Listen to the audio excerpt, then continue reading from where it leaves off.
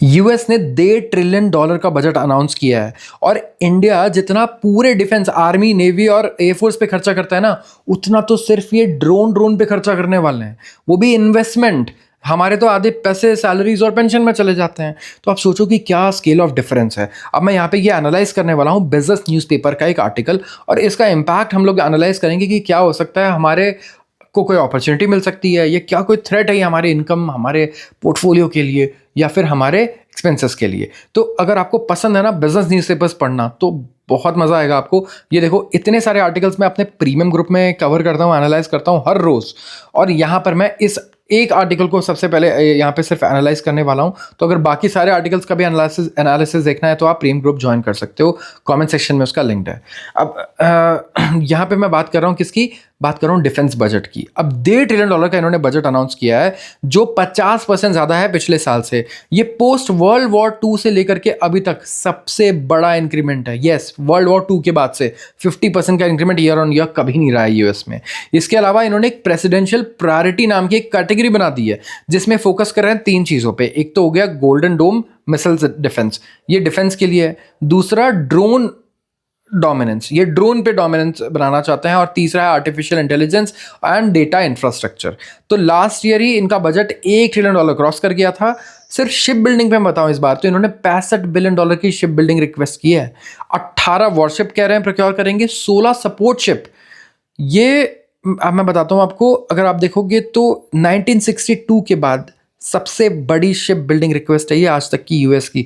मतलब cold war का जो एरा था, उस लेवल की स्पेंडिंग और इंक्रीमेंट कर रहे हैं ये इस टाइम पे अपने डिफेंस इक्विपमेंट्स पे। आप दुनिया में सारे, मैं कह रहा हूँ, कंट्रीज को उठा लो चाइना के अलावा, तो $65 बिलियन जो स्पेंड कर रहे हैं ना सिर्फ शिप बिल्डिंग पे, इतना तो डिफेंस बजट नहीं है किसी का। इंडिया का डिफेंस बजट भी मेरे ख्याल से 70 बिलियन जाता है, लेकिन वो मैक्सिमम चला जाता है सैलरी में, पेंशन में, यही चला जाता है जो हमारा डिफेंस बजट होता है। और रशिया के साथ भी ज्यादातर ऐसा ही रहता होगा।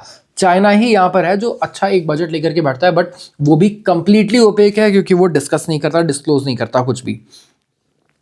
अब यहाँ पे ये एयरक्राफ्ट अगर आप देखोगे तो फाइटर एयरक्राफ्ट F-35 प्रोक्योर करेंगे, 85 एयरक्राफ्ट पर ईयर, हर साल 85।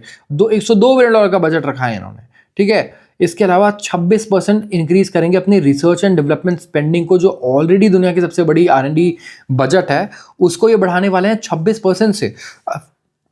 F-47 फाइटर जेट, इसके अलावा B-21 बॉम्बर, इन दोनों के लिए भी बिलियंस ऑफ डॉलर्स के ऑर्डर्स हैं। और ये लार्जेस्ट इन्वेस्टमेंट करने वाले हैं ड्रोन वॉरफेयर पे। कितना है ये? Drone warfare and counter drone technology पे $53.6 बिलियन का खर्चा करने वाले हैं।